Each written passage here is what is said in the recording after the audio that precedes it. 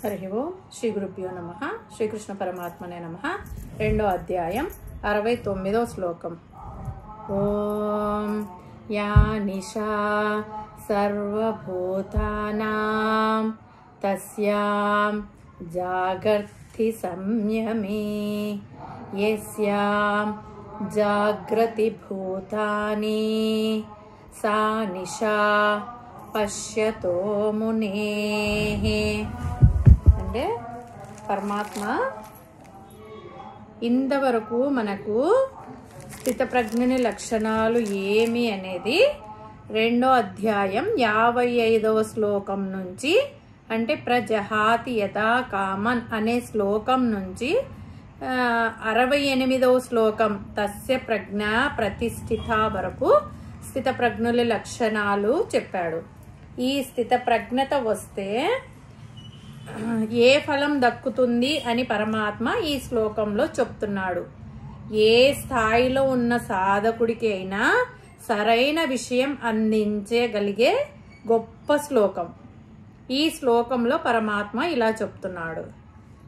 Yeah నిశా సర్వభూతానాం తస్యాం జాగర్తి సంయమి. అంటే ఇంద్రియాలను వశపరచుకొని మనస్సును స్థిరంగా ఉంచుకోమని చెప్పాడు కదా.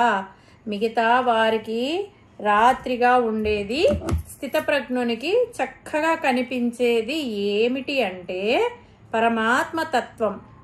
సాధారణ ప్రాణులకు చీకటిలాగా ఏమీ అర్థం కానట్లు ఉంటుంది. వింటున్నట్లుగా ఉంది కానీ అనుభవంలోకి ఏమీ రావడం లేదు.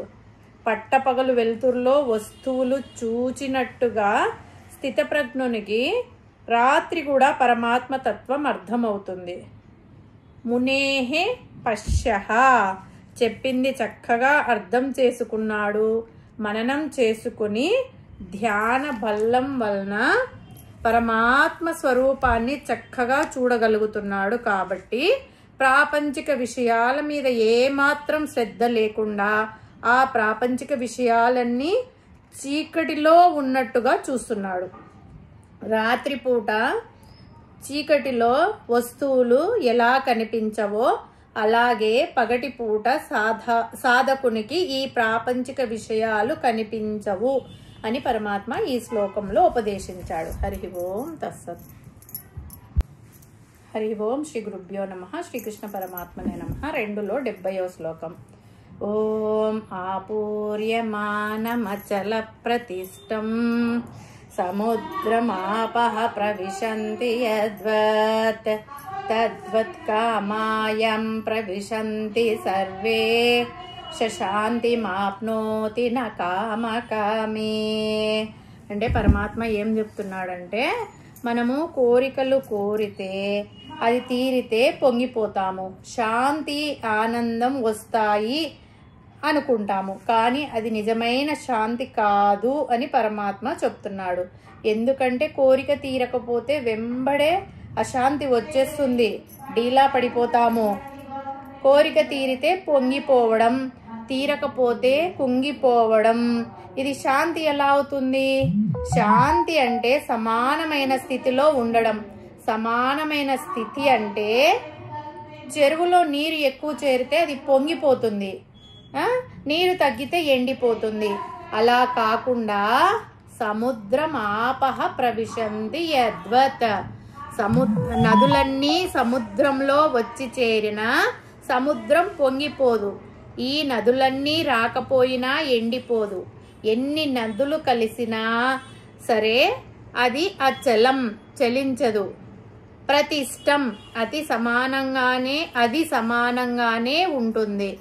అలాగే ఏ ధీరుడైనా కోరికలు తీరితే కలిగే శాంతి అనుకోడు. కోరిక తీరనప్పుడు వచ్చేది అల్పమైన శాంతి అని గ్రహిస్తాడు.